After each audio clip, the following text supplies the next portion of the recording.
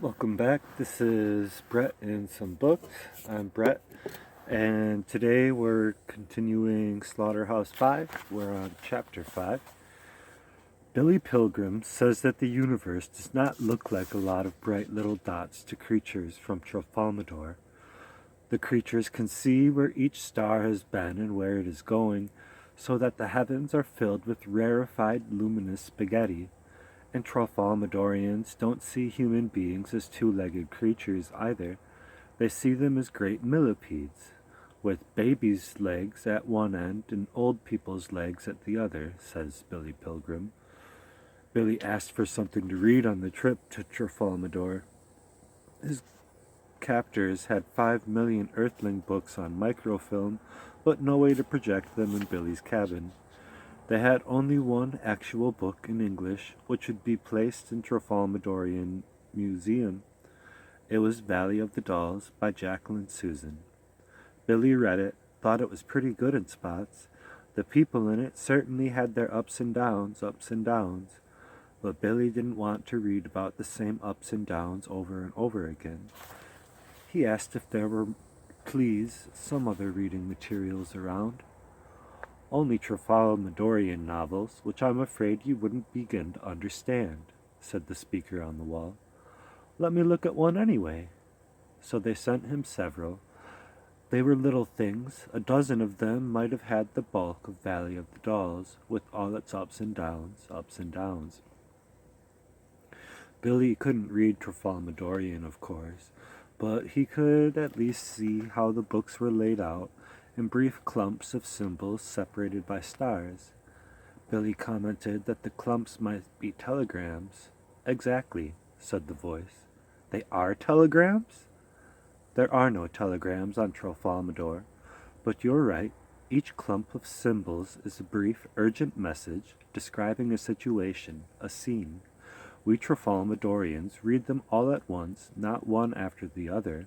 There isn't any particular relationship between all the messages, except that the author has chosen them carefully so that, when seen all at once, they produce an image of life that is beautiful and surprising and deep.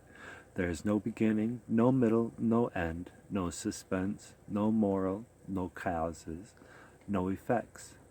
What we love in our books are the depths of many marvelous moments seen all at one time.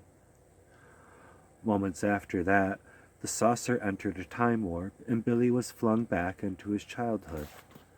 He was 12 years old, quaking as he stood with his mother and father on Bright Angel Point, at the rim of the Grand Canyon. The little human family was staring at the floor of the canyon, 1 mile straight down. Well, said Billy's father, manfully kicking a pebble into space, there it is. And they had come to this famous place by automobile.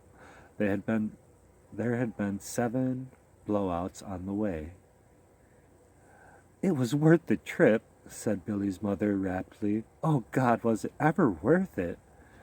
Billy hated the canyon. He was sure that he was going to fall in. His mother touched him and he wet his pants. There were other tourists looking down into the canyon too. A ranger was there to answer questions.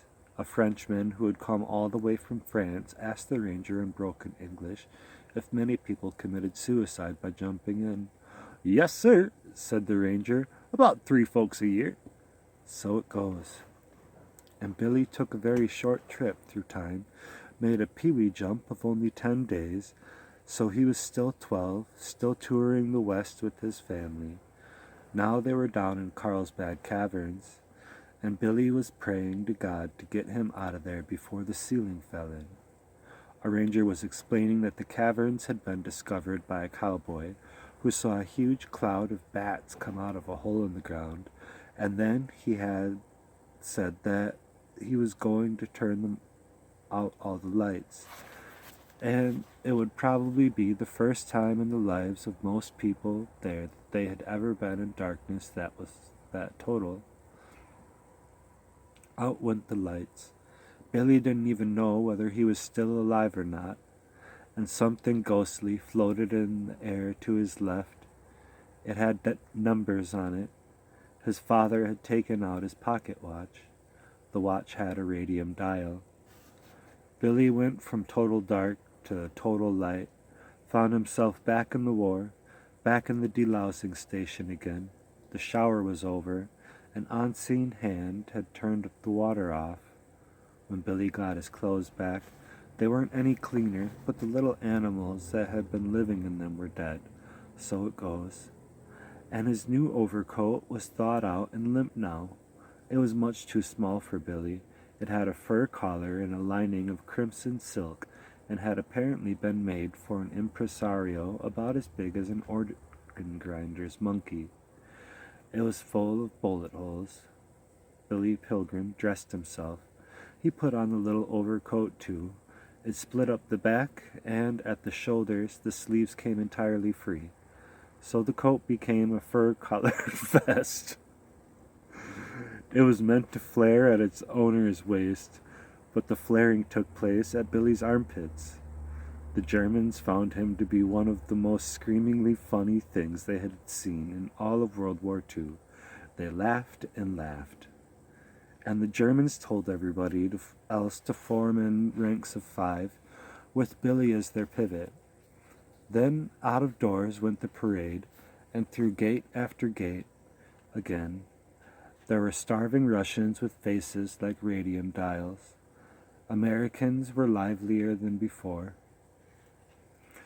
The jazzing with hot water had cheered them up, and they came to a shed where a corporal with only one arm and one eye wrote the name and serial number of each prisoner on a big red ledger. Everybody was legally alive now. Before they got their names and numbers in that book, they were missing in action and presumed dead. So it goes. As the Americans were waiting to move on, an altercation broke out in their rearmost rank. An American had muttered something which a guard did not like. The guard knew English, and he hauled the American out of the ranks and knocked him down. The American was astonished. He stood up and, shakily spitting blood, he'd had 2 teeth knocked out. He had no idea what the guard could hear and understand. "Why me?" he asked the guard. The guard shoved him back into the ranks. "Why you? Why anybody?" he said. When Billy Pilgrim's name was inscribed in the ledger of the prison camp, he was given a number too, and an iron dog tag, which that number was stamped. A slave laborer from Poland had done the stamping. He was dead now. So it goes. Billy was told to hang the tag around his neck, along with his American dog tags, which he did. The tag was like a salt cracker, perforated down the middle so that a strong man could snap it in 2 with his bare hands. In case Billy died, which he didn't, half of the tag would be left to mark his body, and half would mark his grave. After poor Edgar Derby, the high school teacher, was shot in Dresden later on, the doctor pronounced him dead and snapped his dog tag in 2. So it goes. Properly enrolled and tagged, the Americans were led through gate after gate again. In 2 days' time now, their families would learn from the International Red Cross that they were alive. Next to Billy was the little Paul Lazaro, who had promised to avenge Roland Weary. Lazaro wasn't thinking about vengeance. He was thinking about his terrible bellyache. His stomach had shrunk to the size of a walnut. That dry, shriveled pouch was as sore as a boil. Next to Lazaro was poor, doomed old Edgar Derby, with his American and German dog tags displayed like a necklace on the outside of his clothes. He had expected to become a captain, a company commander, because of his wisdom and age. Now here he was on the Czechoslovakian border at midnight. "Halt!" said a guard. The Americans halted. They stood there quietly in the cold. The sheds they were among were outwardly like thousands of other sheds they had passed. There was this difference, though. The sheds had tin chimneys, and out of the chimneys whirled constellations of sparks. A guard knocked on the door. The door was flung open from the inside. Light leaped out through the door, escaped from the prison at 186,000 miles per second. Out marched 50 middle-aged Englishmen. They were singing "Hail, Hail, the gang's all here" from the Pirates of Penzance. These lusty, ruddy vocalists were among the first English-speaking prisoners to be taken in the Second World War. Now they were singing nearly to the last. They had not seen a woman or a child for 4 years or more. They hadn't seen any birds either. Not even sparrows would come into the camp. The Englishmen were officers. Each of them had attempted to escape from another prison at least once. Now they were here, dead center in a sea of dying Russians. They could tunnel all they pleased. They would inevitably surface within a rectangle of barbed wire, would find themselves greeted listlessly by dying Russians who spoke no English, who had no food or useful information or escape plans of their own. They could scheme all they pleased to hide aboard a vehicle or steal one, but no vehicle ever came in their compound. They could feign illness if they liked, but that wouldn't earn them a trip anywhere either. The only hospital in the camp was a 6-bed affair in the British compound itself. The Englishmen were clean and enthusiastic and decent and strong. They sang boomingly well. They had been singing together every night for years. The Englishmen had also been lifting weights and chinning themselves for years. Their bellies were like washboards.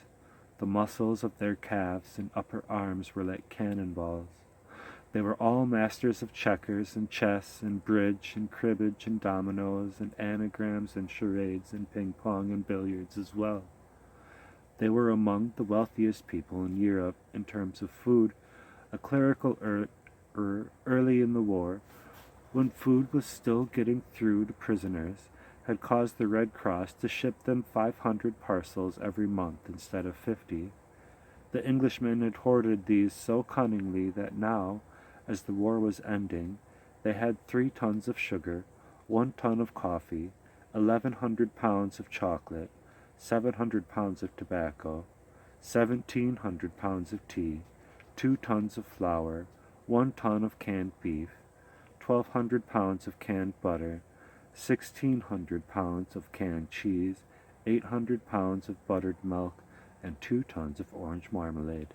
They kept all this in a room without windows. They kept it rat-proofed by lining it with flattened tin cans. They were adored by the Germans, who thought they were exactly what Englishmen ought to be. They made war look stylish and reasonable and fun. So the Germans let them have 4 sheds, although 1 shed would have held them all, and in exchange for coffee or chocolate or tobacco, the Germans gave them paint and lumber and nails and cloth for fixing things up. The Englishmen had known for 12 hours that the American guests were on their way. They had never had guests before, and they went to work like darling elves, sweeping, mopping, cooking, baking, making mattresses of straw and burlap bags, setting tables, putting party favors at each place. Now they were singing their welcome to their guests in the winter night. Their clothes were aromatic with the feast they had been preparing. They were dressed half for battle, half for tennis or croquet. They were so elated by their own hospitality and by the goodies waiting inside that they did not take a good look at their guests while they sang, and they imagined that they were singing to fellow officers fresh from the fray. They wrestled the Americans toward the shed door affectionately, filling the night with manly blather and brotherly rhodomontades. They called them Yank and told them "good show" and promised them that Jerry was on the run, and so on. Billy Pilgrim wondered dimly who Jerry was. Now he was indoors, next to an iron cook stove that was glowing cherry red. Dozens of teapots were boiling there. Some of them had whistles, and there was a witch's cauldron full of golden soup, and the soup was thick. Primeval bubbles surfaced it with lethargical majesty as Billy Pilgrim stared. There were 3 long tables set for a banquet. At each place was a bowl made from a can that had once contained powdered milk. A smaller can was a cup. A taller, more slender can was a tumbler. Each tumbler was filled with warm milk. At each place was a safety razor, a washcloth, a package of razor blades, a chocolate bar, 2 cigars, a bar of soap, 10 cigarettes, a book of matches, a pencil, and a candle. Only the candles and the soap were of German origin. They had a ghostly, opalescent similarity. The British had no way of knowing it, but the candles and the soap were made from the fat rendered Jews and gypsies and fairies and communists and other enemies of the state. So it goes. The banquet hall was illuminated by candlelight. There were heaps of fresh baked white bread on the tables, gobs of butter, pots of marmalade. There were platters of sliced beef from cans. Soup and scrambled eggs and hot marmalade pie were yet to come. And at the far end of the shed, Billy saw pink arches with azure draperies hanging between them, and an enormous clock, 2 golden thrones, and a bucket and a mop. It was this setting that the evening's entertainment would take place, a musical version of Cinderella, the most popular story ever told. Billy Pilgrim was on fire, having stood too close to the glowing stove. The hem of his little coat was burning. It was a quiet, patient sort of fire, like the burning of punk. Billy wondered if there was a telephone somewhere. He wanted to call his mother to tell her he was alive and well. There was silence now, as the English looked in astonishment at the frowsy creatures they had so lustily waltzed inside. One of the Englishmen saw that Billy was on fire. "You're on fire, lad," he said, and he got Billy away from the stove and beat out the spark with his hands. When Billy made no comment on this, the Englishman asked him, "Can you talk? Can you hear?" Billy nodded. The Englishman touched him exploratorily here and there, filled with pity. "My God, what have they done to you, lad? This isn't a man, it's a broken kite." "Are you really an American?" asked the Englishman. "Yes," said Billy. "And your rank?" "Private." "What became of your boots, lad?" "I don't remember." "Is that coat a joke?" "Sir?" "Why did you get such a thing?" Billy had to think hard about that. "They gave it to me," he said at last. "Jerry gave it to you." "Who?" "The Germans gave it to you." "Yes." Billy didn't like the questions. They were fatiguing. "Oh, yank, yank, yank," said the Englishman. "That coat was an insult." "Sir, it was a deliberate attempt to humiliate you. You mustn't let Jerry do things like that." Billy Pilgrim swooned. Billy came to on a chair facing the stage. He had somehow eaten, and now he was watching Cinderella. Some part of him had evidently been enjoying the performance for quite a while. Billy was laughing hard. The women in the play were really men, of course. The clock had just struck midnight, and Cinderella was lamenting, "Goodness me, the clock has struck! Alec day and fuck my luck!" Billy found the couplet so comical that he not only laughed, he shrieked. He went on shrieking until he was carried out of the shed and into another, where the hospital was. It was a 6-bed hospital. There weren't any patients in there. Billy was put to bed and tied down and given a shot of morphine. Another American volunteered to watch over him. This volunteer was Edgar Derby, the high school teacher who would be shot to death in Dresden. So it goes. Derby sat on a 3-legged stool. He was given a book to read. The book was The Red Badge of Courage by Stephen Crane. Derby had read it before. Now he read it again while Billy Pilgrim entered a morphine paradise. Under morphine, Billy had a dream of giraffes in a garden. The giraffes were following gravel paths, were pausing to munch sugar pears from treetops. Billy was a giraffe, too. He ate a pear. It was a hard one. It fought back against his grinding teeth. It snapped in juicy protest. The giraffes accepted Billy as one of their own, as harmless creature as preposterously specialized as themselves. Two approached him from opposite sides, leaned against him. They had long, muscular upper lips which they could shape like the bells of bugles. They kissed him with these. They were female giraffes, cream and lemon yellow. They had horns like doorknobs. The knobs were covered with velvet. Why? Night came to the garden of the giraffes, and Billy Pilgrim slept without dreaming for a while, and then he traveled in time. He woke up with his head under a blanket in a ward for nonviolent mental patients in a veterans hospital near Lake Placid, New York. It was springtime in 1948, 3 years after the end of the war. Billy uncovered his head. The windows of the ward were open. Birds were twittering outside. "Patooey?" one asked him. The sun was high. There were 29 other patients assigned to the ward, but they were all outdoors now, enjoying the day. They were free to come and go as they pleased, to go home even if they liked, and so was Billy Pilgrim. They had come here voluntarily, alarmed by the outside world. Billy had committed himself in the middle of his final year at Ilium School for Optometry. Nobody else suspected that he was going crazy. Everybody else thought he looked fine and was acting fine. Now he was in the hospital. Doctors agreed. He was going crazy. They didn't think it had anything to do with the war. They were sure Billy was going to pieces because his father had thrown him into the deep end of the YMCA swimming pool when he was a little boy and had taken them to the rim of the Grand Canyon. The man assigned to the bed next to Billy's was a former infantry captain named Elliot Rosewater. Rosewater was sick and tired of being drunk all the time.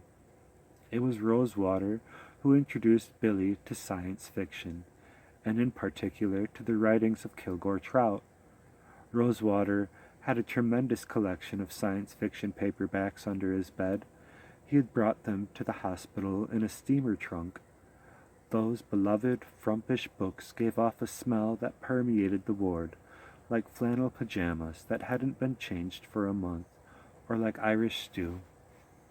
Kilgore Trout became Billy's favorite living author, and science fiction became the only sort of tales he could read.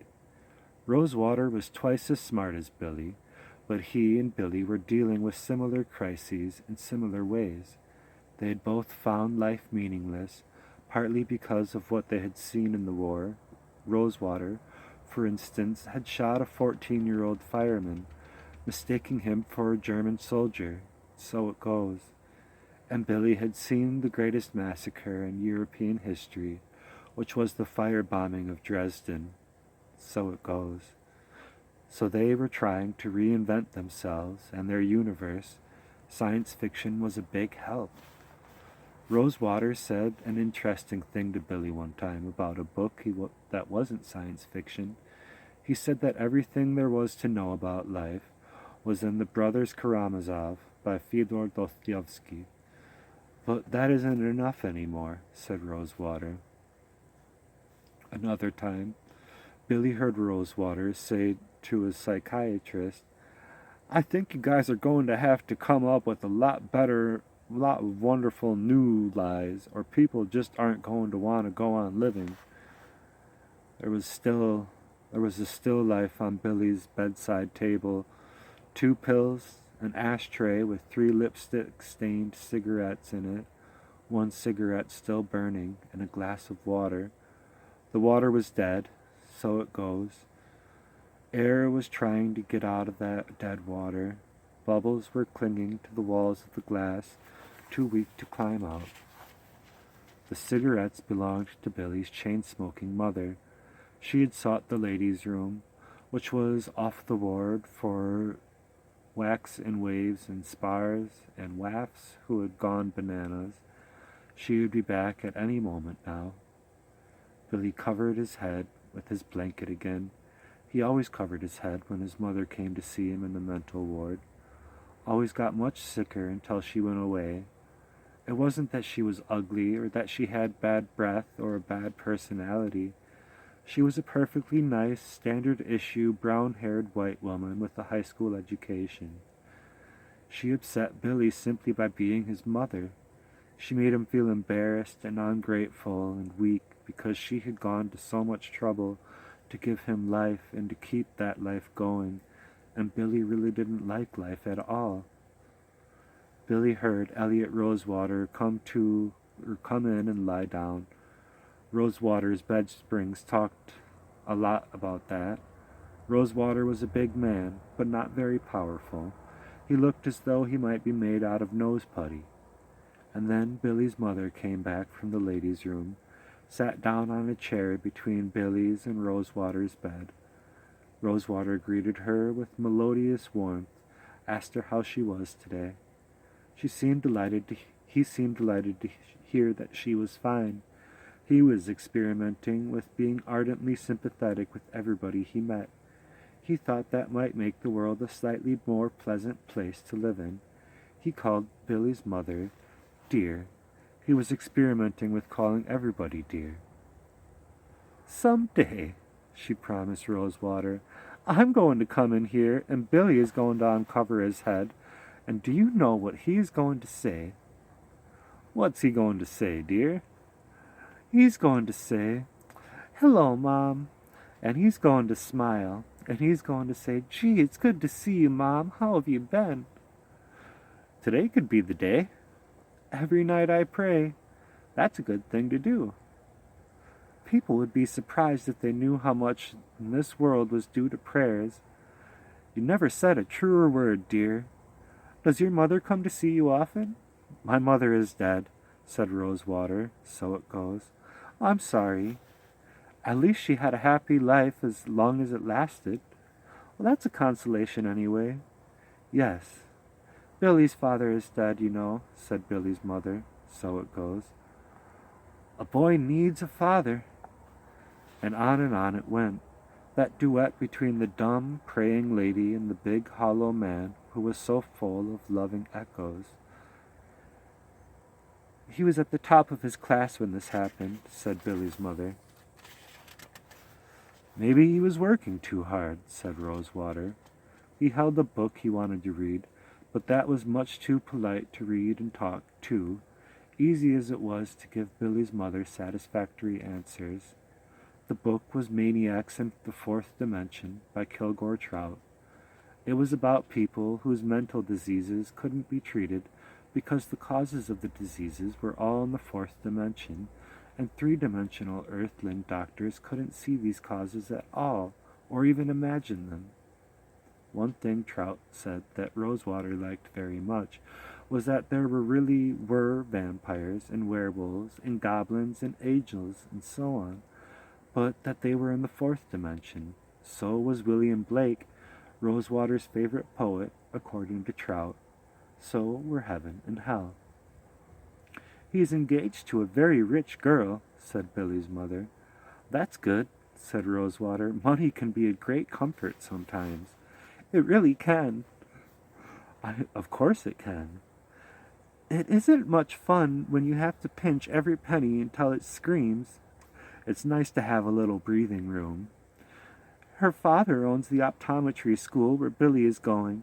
He also owns 6 offices around our part of the state. He flies his own plane and has a summer place up on Lake George." "That's a beautiful lake." Billy fell asleep under the blanket. When he woke up again, he was tied to the bed in the hospital back in prison. He opened his eye.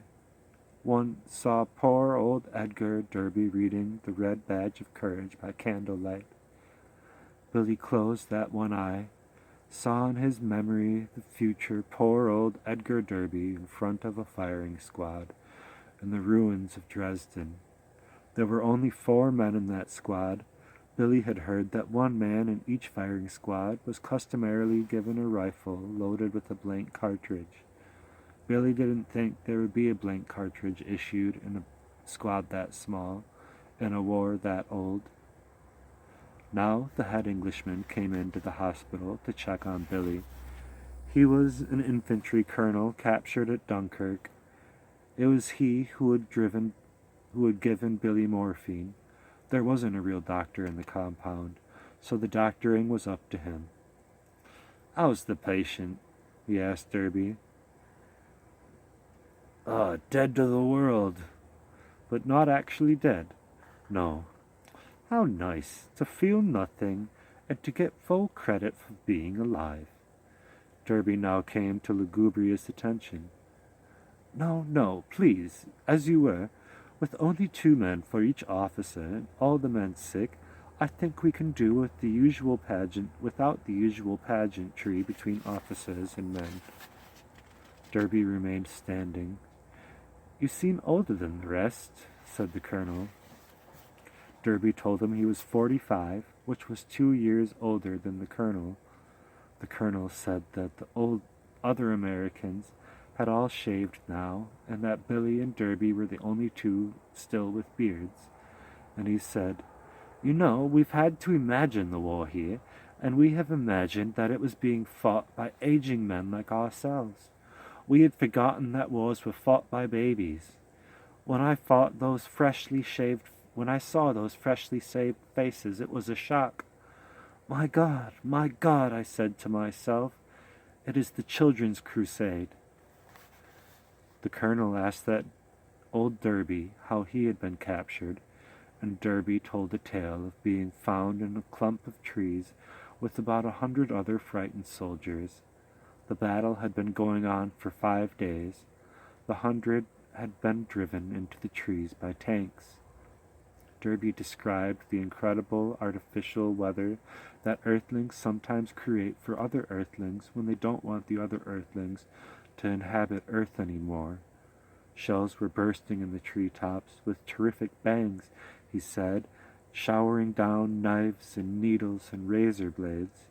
Little lumps of lead and copper jackets were crisscrossing in the woods under the shell bursts, zipping along much faster than sound. A lot of people were being wounded or killed. So it goes. Then the shelling stopped, and a hidden German with a loudspeaker told the Germans to put their weapons down and come out of the woods with their hands on top of their heads, or the shelling would start again. It wouldn't stop until everybody in there was dead. So the Americans put their weapons down, and they came out of the woods with their hands on top of their heads, because they wanted to go on living if they possibly could. Billy traveled in time, back to the Veterans Hospital again. The blanket was over his head. It was quiet outside the blanket. "Is my mother gone?" said Billy. "Yes." Billy peeked out from under his blanket. His fiancée was out there now, sitting on the visitor's chair. Her name was Valencia Merble. Valencia was the daughter of the owner of the Ilium School of Optometry. She was rich. She was as big as a house because she couldn't stop eating. She was eating now. She was eating a Three Musketeers candy bar. She was wearing trifocal lenses and harlequin frames, and the frames were trimmed with rhinestones. The glitter of the rhinestones was answered by the glitter of the diamond in her engagement ring. The diamond was insured for $1,800. Billy had found the diamond in Germany. It was a booty of war.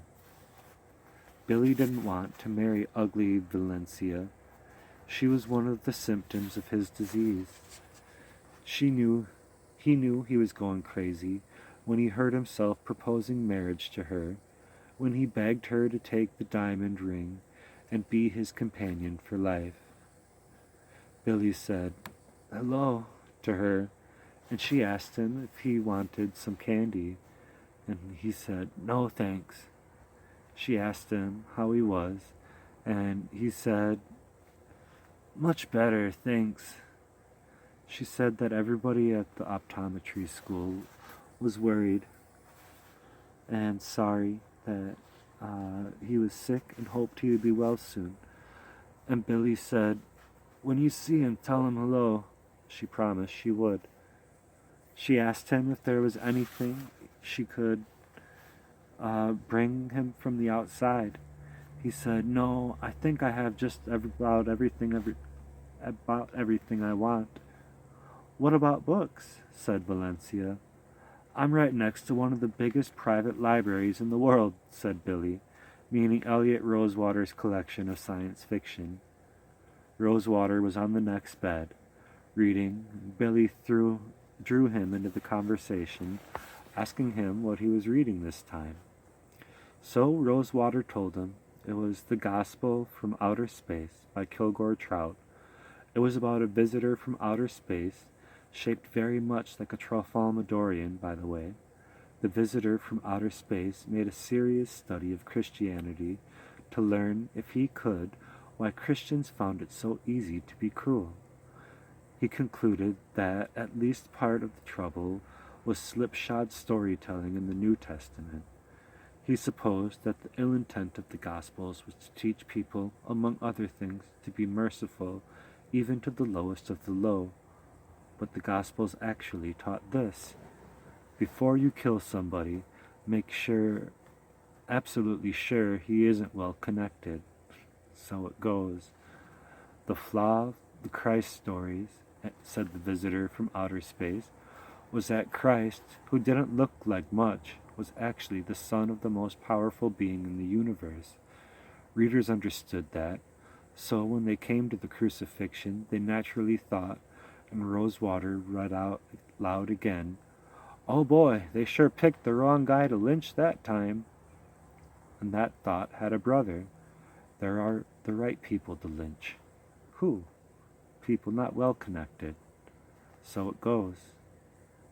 The visitor from outer space made a gift to Earth of a new gospel. In it, Jesus really was a nobody, and a pain in the neck to a lot of people with better connections than he had. He still got to say all the lovely and puzzling things he said in the other Gospels. So the people amused themselves one day by nailing him to a cross and planting the cross in the ground. There couldn't possibly be any repercussions, the lynchers thought. The reader would have to think that, too, since the new gospel hammered home again and again what a nobody Jesus was. And then, just before the nobody died, the heavens opened up, and there was thunder and lightning, and the voice of God came crashing down, and he told the people that he was adopting the bum as his son, giving him full powers and privileges of the Son of the Creator of the universe throughout all eternity. God said this: "From this moment on, he will punish horribly anybody who torments a bum who has no connections." Billy's fiancée had finished her Three Musketeers candy bar. Now she was eating a Milky Way. "Forget books," said Rosewater, throwing that particular book under his bed. "The hell with them." "That sounded like an interesting one," said Valencia. "Jesus, if Kilgore Trout could only write!" Rosewater exclaimed. He had a point. Rosewater's unpopularity was deserved. His prose was frightful, only his ideas were good. "I don't think Trout has ever been out of the country," Rosewater went on. "My God, he writes about Earthlings all the time, and they're all Americans. Practically nobody on Earth is an American." "Where does he live?" Valencia asked. "Nobody knows," Rosewater replied. "I'm the only person who ever heard of him. As far as I can tell, no two books have been the same publisher, and every time I write him in care of a publisher, the letter comes back because the publisher has failed." He changed the subject now, congratulated Valencia on her engagement ring. "Thank you," she said, and held it out so Rosewater could get a close look. "Billy got that diamond in the war." "That's the attractive thing about war," said Rosewater. "Absolutely everybody gets a little something." with regard to the whereabouts of Kilgore Trout, he actually lived in Ilion, Billy's hometown, friendless and despised. Billy would meet him by and by. "Billy," said Valencia Merble, you want to talk about our silver pattern?" "Sure. I've got it narrowed down pretty much to either Royal Danish or Rambler Rose." "Rambler Rose," said Billy. "It isn't something we should rush into," she said. "I mean, whatever we decide on, that's what we're going to have to live with for the rest of our lives." Billy looked at the pictures. "Royal Danish," he said at last. "Colonial moonlight is nice, too." "Yes, it is," said Billy Pilgrim. And Billy traveled in time to the zoo on Tralfamadore. He was 44 years old, on display under a geodesic dome. He was reclining on the lounge chair which had been his cradle during his trip through space. He was naked. The Tralfamadorians were interested in his body. All of it. There were thousands of them outside, holding up their little heads so that their eyes could see him. Billy had been on Tralfamadore for 6 earthling months now. He was used to the crowd. Escape was out of the question. The atmosphere outside the dome was cyanide, and Earth was 446, 120 quadrillion miles away. Billy was displayed there in the zoo in a simulated earthling habitat. Most of the furnishings had been stolen from the Sears Roebuck's warehouse in Iowa City, Iowa. There was a color television set and a couch that could be converted into a bed. There were end tables with lamps and ashtrays on them. By the couch there was a home bar and 2 stools. There was a little pool table.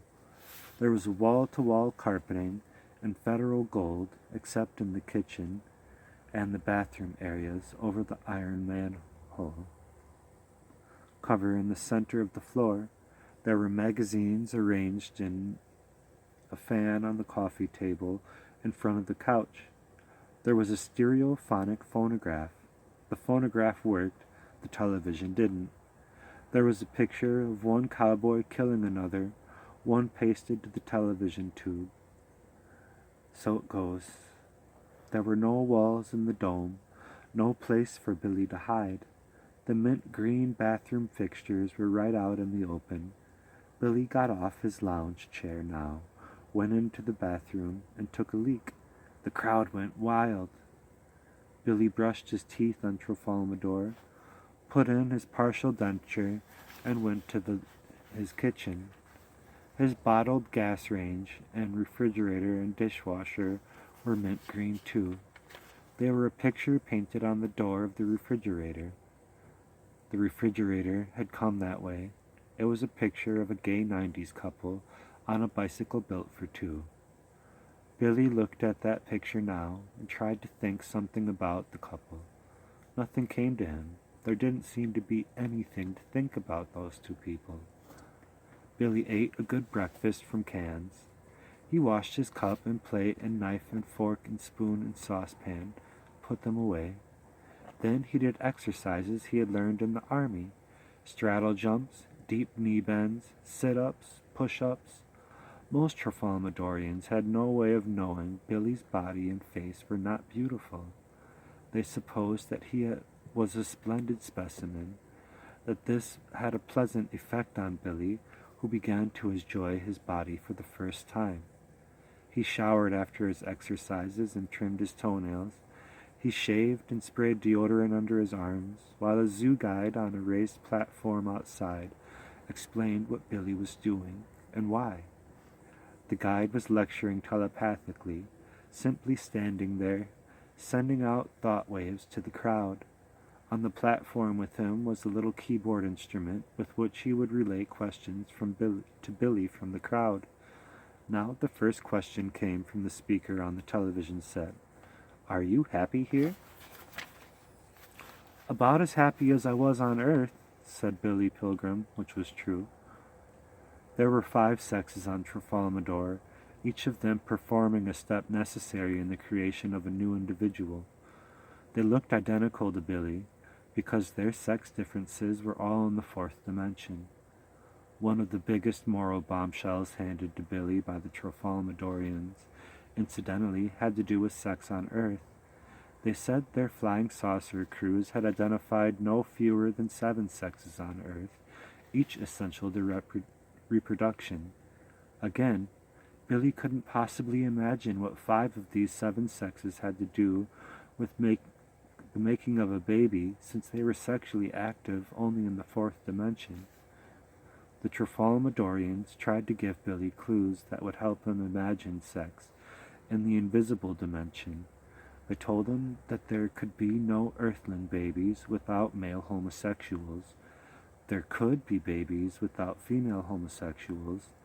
There couldn't be babies without women over 65 years old. There could be babies without men over 65. There couldn't be babies without other babies who had lived an hour or less after birth, and so on. It was gibberish to Billy. There was a lot that Billy had said that was gibberish to the Trafalmadorians, too. They couldn't imagine what time looked like to him.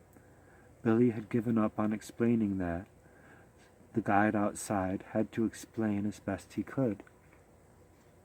The guide invented the crowd to imagine that they were looking across the desert at a mountain range on a day that was twinkling bright and clear. They could look at a peak or a bird or a cloud, at a stone right in front of them, or even down into a canyon behind them, but among them, here, which he could never take off. There was only one eye hole through which he could look, and welded onto that one eye hole were 6 feet of pipe. This was only the beginning of Billy's miseries in the metaphor. He was also strapped to a steel lattice which was bolted to a flat car on rails, and there was no way he could turn his head or touch the pipe. The far end of the pipe rested on a bipod, which was also bolted to the flat car.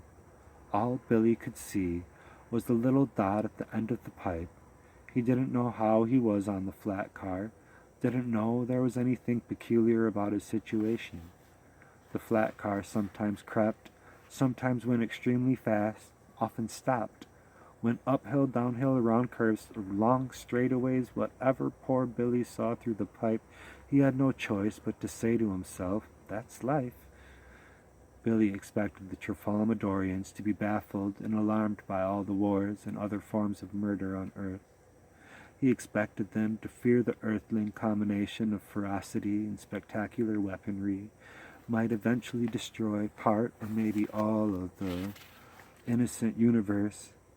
Science fiction had led him to expect that, but the subject of war never came up until Billy brought it up himself. Somebody in the zoo crowd asked him through the lecturer what the most valuable thing he had learned on Trafalmador was so far, and Billy replied, "How the inhabitants of a whole planet can live in peace. As you know, I'm from a planet that has been engaged in senseless slaughter since the beginning of time. I myself have seen the bodies of schoolgirls who were boiled alive in a water tower by my very own countrymen, who were proud of fighting pure evil at the time." This was true. Billy saw the boiled bodies in Dresden, and I have lit my way in a prison at night with candles from the fat of human beings who were butchered by the brothers and fathers of those schoolgirls who were boiled. Earthlings must be the terrors of the universe. If other planets aren't now in danger from Earth, they soon will be. So tell me the secret so I can take it back to Earth and save us all. How can a planet live at peace? Billy felt that he had spoken soaringly. He was baffled when he saw the Trafalmadorians close their little hands on their eyes. He knew from past experience what this meant, that he was being stupid. Would you mind telling me?" he said to the guide, much deflated. "What was so stupid about that?" "We know how the universe ends," said the guide, "and Earth has nothing to do with it except that it gets wiped out too." How How does the universe end? Said Billy. We blow it up, experimenting with new fuels for our flying saucers. A Trifalmadorian test pilot presses the starter button, and the whole universe disappears. So it goes.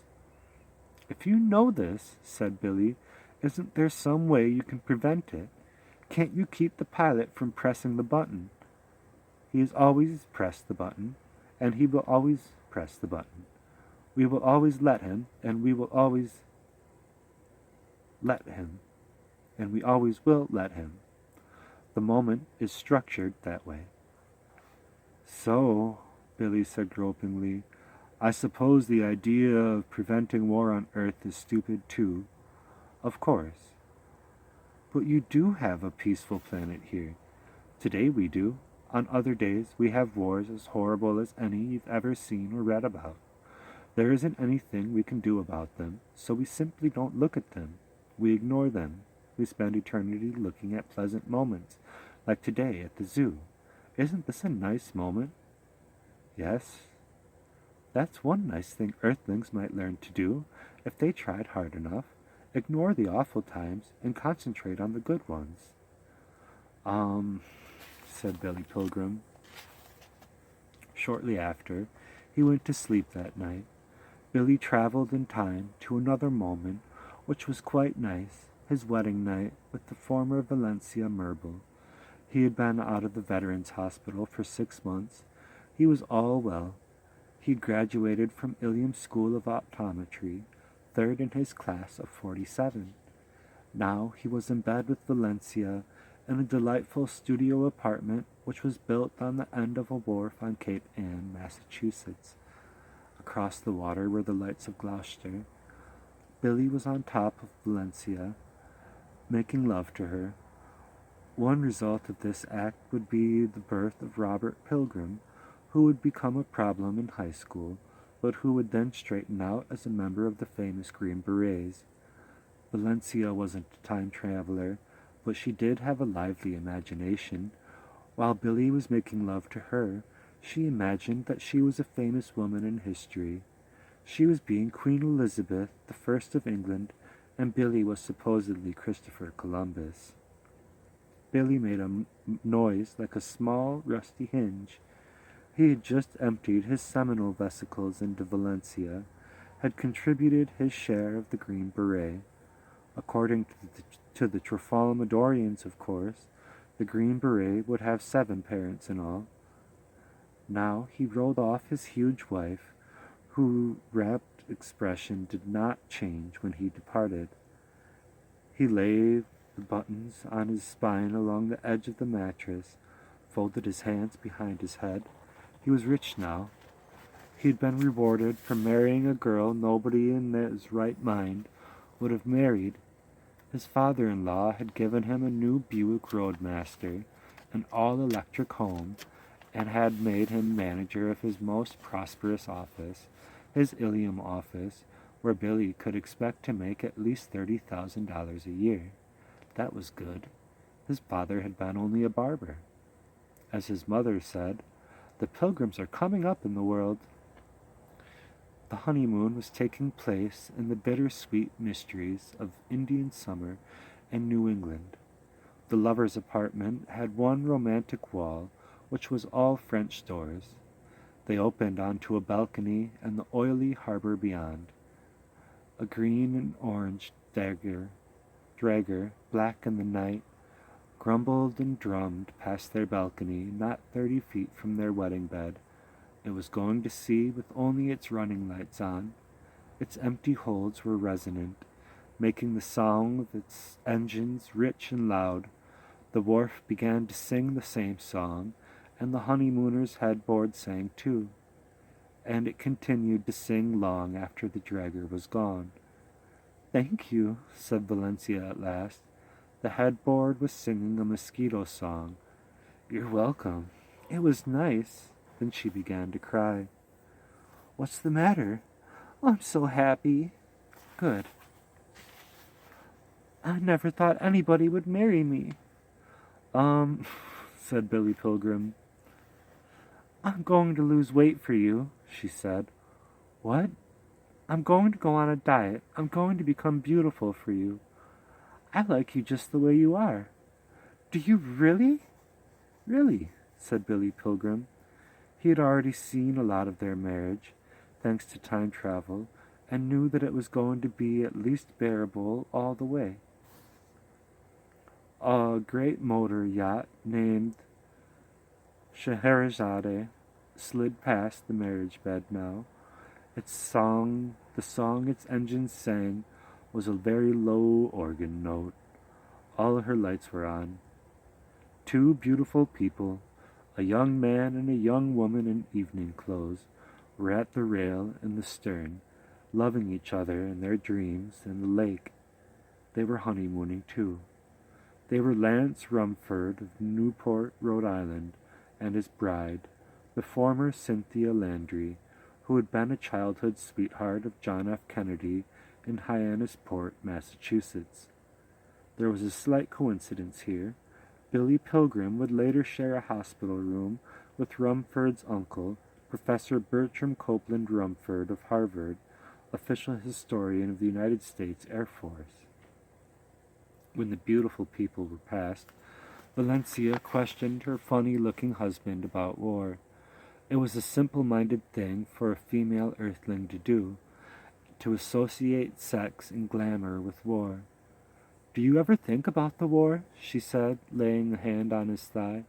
"Sometimes," said Billy Pilgrim.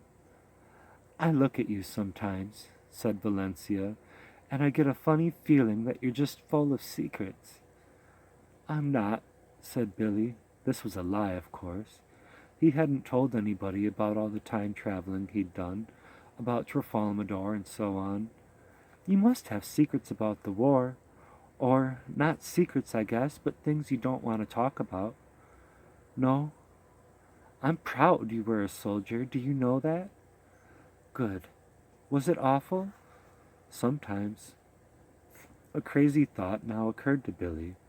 The truth of it startled him. It would make a good epitaph for Billy Pilgrim, and for me too. "Would you talk about the war now if I wanted you to?" asked Valencia. In a tiny cavity in her great body, she was assembling materials for a green beret. "It would sound like a dream," said Billy. "Other people's dreams aren't very interesting usually." "I heard you tell Father one time about a German firing squad." She was referring to the execution of poor old Edgar Derby. You had to bury him?" "Yes." "Did he see you with your shovel before he was shot?" "Yes." "Did he say anything?" "No." "Was he scared?" "They had him doped up. He was sort of glassy-eyed." "And they pinned a target to him?" "A piece of paper," said Billy. He got out of bed, said, "Excuse me," and went into the darkness of the bathroom to take a leak. He groped for the light, realized as he felt the rough walls that he had traveled back to 1944, back to the prison again. And here is illustration in the book. Everything was beautiful and nothing hurt. The candle in the hospital had gone out. Poor old Edgar Derby had fallen asleep on the cot next to Billy's. Billy was out of bed, groping along a wall, trying to find a way out because he had to take a leak so badly. He suddenly found a door, which opened, let him reel out into the prison night. Billy was loony with time travel and morphine. He had delivered himself a barbed-wired fence which snagged him in a dozen places. Billy tried to back away from it, but the barbs wouldn't let go.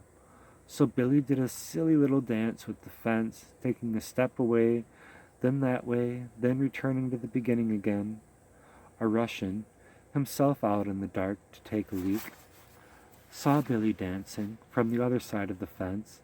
He came over to the curious scarecrow, tried to talk with it gently, asked it what country it was from. The scarecrow paid no attention, went on dancing, so the Russian undid the snags one by one, and the scarecrow danced off into the night again without a word of thanks. The Russian waved to him and called after him in Russian, "Goodbye." Billy took his pecker out there in the prison night and peed on the ground. Then he put it away again, more or less, and contemplated a new problem. Where had he come from, and where should he go now? Somewhere in the night there were cries of grief. With nothing better to do, Billy shuffled in their direction. He wondered what tragedy so many had found to lament out of doors. Billy was approaching, without knowing it, the back of the latrine. It consisted of a one-rail fence with 12 buckets underneath it. The fence was sheltered on 3 sides by a screen of scrap lumber and flattened tin cans. The open side faced the black tar paper wall of the shed where the feast had taken place. Billy moved along the screen and reached a point where he could see a message freshly painted on the tar paper wall. The words were written with some pink paint which had brightened the set for Cinderella. Billy's perceptions were so unreliable that he saw the words as hanging in air, painted on a transparent curtain perhaps, and there were lovely silver dots on the curtain too. They were really nail heads holding the tar paper to the shed. Billy could not see how the curtain was supported in nothingness, and he supposed that the magic of the curtain and the theatrical grief were part of some religious ceremony he knew nothing about. And here is what the message said: "Please leave this latrine as tidy as you found it." Billy looked at the latrine. The wailing was coming from in there. The place was crammed with Americans who had taken their pants down. The welcome feast had made them as sick as volcanoes. The buckets were full or had been kicked over. An American near Billy wailed that he had excreted everything but his brains. Moments later he said, "There they go! There they go!" He meant his brains. That was I. That was me. That was the author of this book. Billy reeled away from his vision of hell. He passed 3 Englishmen who were watching the excrement festival from a distance. They were catatonic with disgust. "Button your pants," said one as Billy went by. So Billy buttoned his pants. He came to the door of the little hospital by accident. He went through the door and found himself honeymooning again, going from the bathroom back to the bed with his bride on Cape Ann. "I missed you," said Valencia. "I missed you," said Billy Pilgrim. Billy and Valencia went to sleep, nestled like spoons, and Billy traveled back in time to the train ride he had taken in 1944, from maneuvers in South Carolina to his father's funeral in Ilium. He hadn't seen Europe or combat yet. This was still in the days of steam locomotives. Billy had to change trains a lot. All the trains were slow. The coaches stunk of coal and rationed tobacco and rationed booze and farts of people eating wartime food. The upholstery of the iron seats was bristly, and Billy couldn't sleep much. He got to sleep soundly when he was only 3 hours from Ilium, with his legs splayed toward the entrance of the busy dining car. The porter woke him up when the train reached Ilium. Billy staggered off with his duffel bag, and then he stood on the station platform next to the porter, trying to wake up. "Have a good nap, did you?" "Yeah," said Billy. "Man," said the porter, "you had a hard-on." At 3 in the morning, on Billy's morphine night in his prison, a new patient was carried into the hospital by 2 lusty Englishmen. He was tiny. He He was Paul Lazaro, the polka-dotted car thief from Cicero, Illinois. He had been caught stealing cigarettes from under the pillow of an Englishman.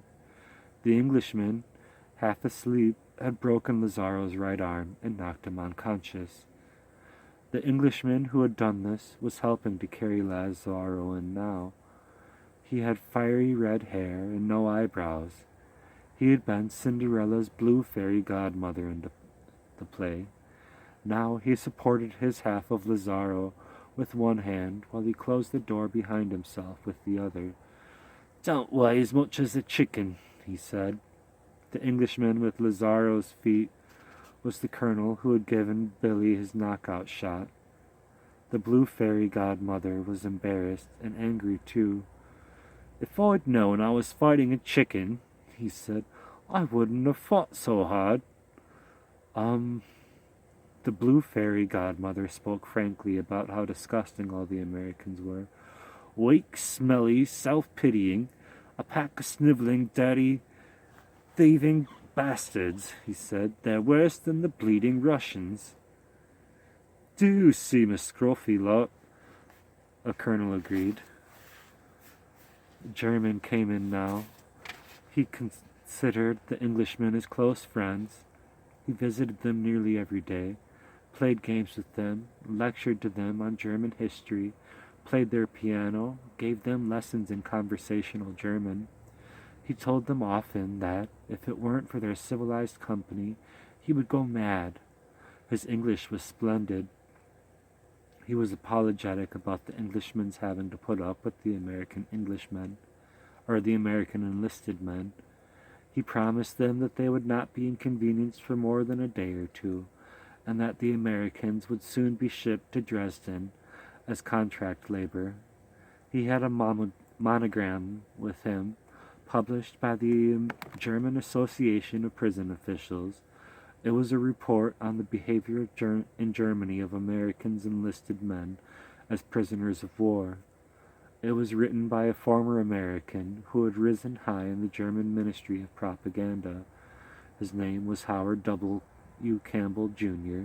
He would later hang himself while awaiting trial as a war criminal. So it goes. While the British colonel set Lazaro's broken arm and mixed plaster for the cast, the German major translated out loud passages from Howard W. Campbell, Jr.'s monograph. Campbell had been a fairly well-known playwright at one time. His opening line was this one: "America is the wealthiest nation on earth, but its people are mainly poor, and poor Americans are urged to hate themselves. To quote the American humorist Ken Hubbard, it ain't no disgrace to be poor, but it might as well be. It is in fact a crime for an American to be poor, even though America is a nation of poor.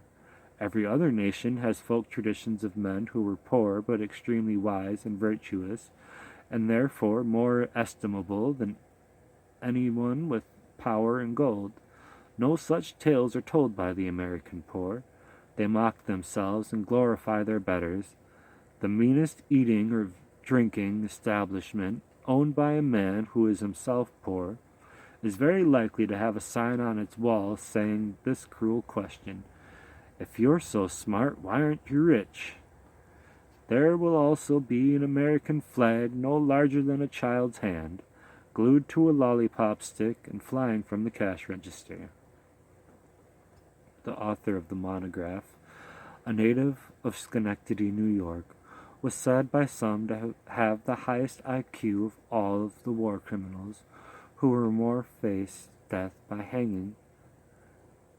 So it goes. "Americans, like human beings everywhere, believe many things that are obviously untrue," the monograph went on. "Their most destructive untruth is that it is very easy for any American to make money. They will not acknowledge how in fact hard money is to come by, and therefore those who have no money blame and blame and blame themselves. This inward blame has been a treasure for the rich and powerful, who have to do less for their poor, publicly and privately, than any other ruling class since, say, Napoleonic times. Many novelties have come from America. The most startling of these, a thing without precedent, is a mass of undignified poor. They do not love one another because they do not love themselves. Once this is understood, the disagreeable behavior of American enlisted men in Germany ceases to be a mystery. Howard H. Campbell, Jr. now discussed the uniform of the American enlisted soldier in World War II. In every other army in history, prosperous or not, has attempted to clothe even its lowliest officers so as to make them experts in drinking and copulation. Impressive to themselves and to others as stylish experts in drinking and copulation and looting and sudden death. The American army, however, sends its enlisted men out to fight and die in a modified business suit, quite evidently made for another man, a sterilized but unpressed gift from a nose-bleeding charity which passes out clothing to drunks in the slums. When a dashingly clad officer addresses such a frumpishly dressed bum, he scolds him, as an officer in an army must, but the officer's contempt is not, as in other armies, avuncular theatricality. It is a genuine expression of hatred for the poor, who have no one to blame for their misery but themselves. A prison administrator dealing with captured American enlisted men for the first time should be warned, expect no brotherly love, not even between brothers. There will be no cohesion between the individuals. Each will be a sulky child who often wishes he were dead. Campbell told what the German experience with captured German enlisted men had been. They were known everywhere to be the most self-pitying, least fraternal, and dirtiest of all prisoners of war, said Campbell. They were incapable of concerted action on their own behalf. They despised any leader from among their own number, refused to follow or even listen to him on the grounds that he was no better than they were, and that he should stop putting on airs, and so on. Billy Pilgrim went to sleep, woke up as a widower in his empty home in Ilium. His daughter, Barbara, was reproaching him for writing ridiculous letters to the newspaper. "Do you hear what I said?" said Barbara. It was 1968 again. Of course, he had been dozing. "If you're going to act like a child, maybe we'll just have to treat you like a child." "That isn't what happens next," said Billy. "We'll see what happens next." Big Barbara now embraced herself. "It's awfully cold in here. Is the heat on?" "The heat?" "The furnace, the thing in the basement, the thing that makes hot air come out of these registers. I don't think it's working. Maybe not. Aren't you cold?" "I hadn't noticed." "Oh my God, you are a child. If we leave you alone here, you'll freeze to death. You'll starve to death." And so on. It was very exciting for her, taking his dignity away in the name of love. Barbara called the oil burner man, and she made Billy go to bed, made him promise to stay under the electric blanket until the heat came on. She set the control on the blanket to the highest notch, which soon made Billy's bed hot enough to bake bread in. When Barbara left, slamming the door behind her, Billy traveled in time to the zoo on Trofalmador again. A mate had just been brought to him from Earth. She was Montana Wildhack, a motion picture star. Montana was under heavy sedation. Trofalmadorians wearing gas masks brought her in, put her on Billy's yellow lounge chair, withdrew through his airlock. The vast crowds outside was delighted. All attendance records for the zoo were broken. Everybody on the planet. Oh, you got your mouse? Here. Show them your mouse. Well, she got her mouse. You should be proud to know. Alright.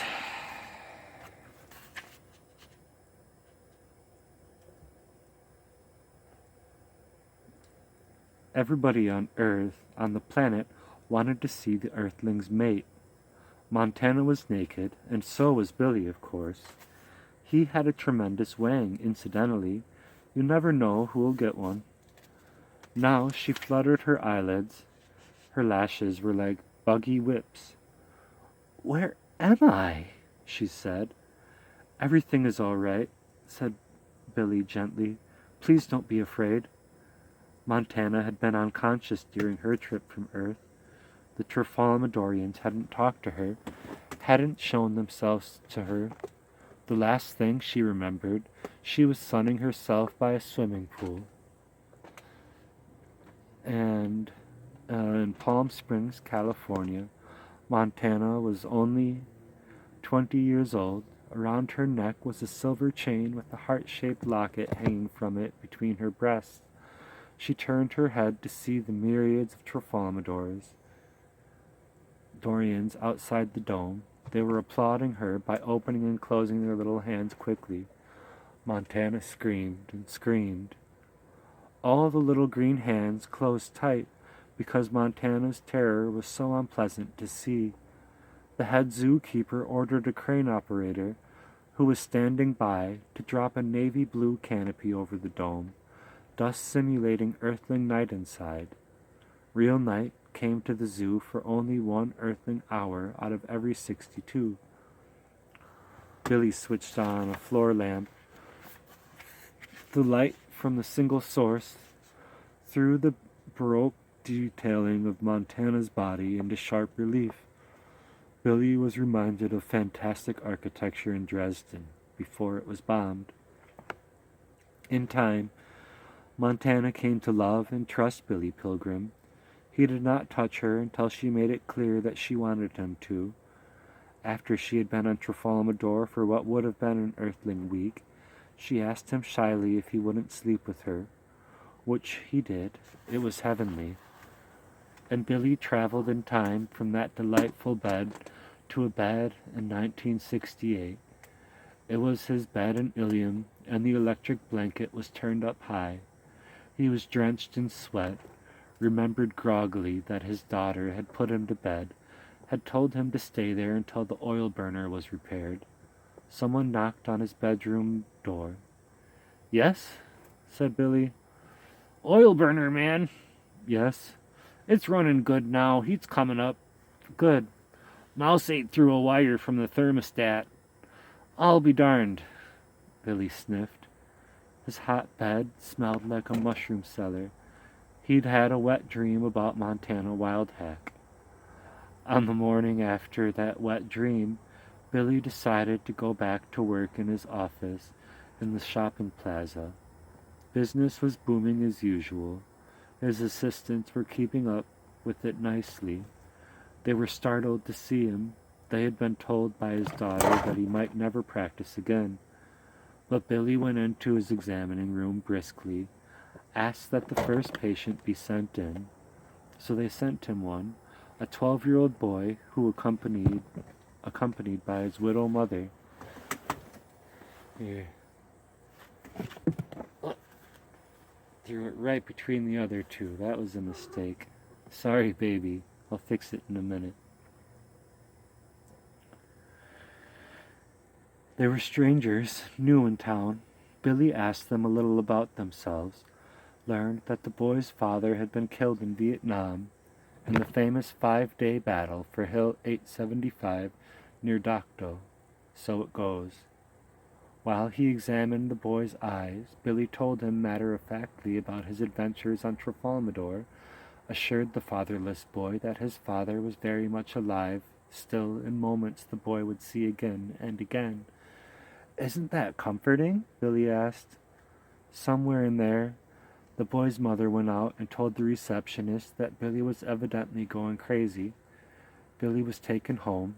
His daughter asked him again, Father, what are we going to do with you?"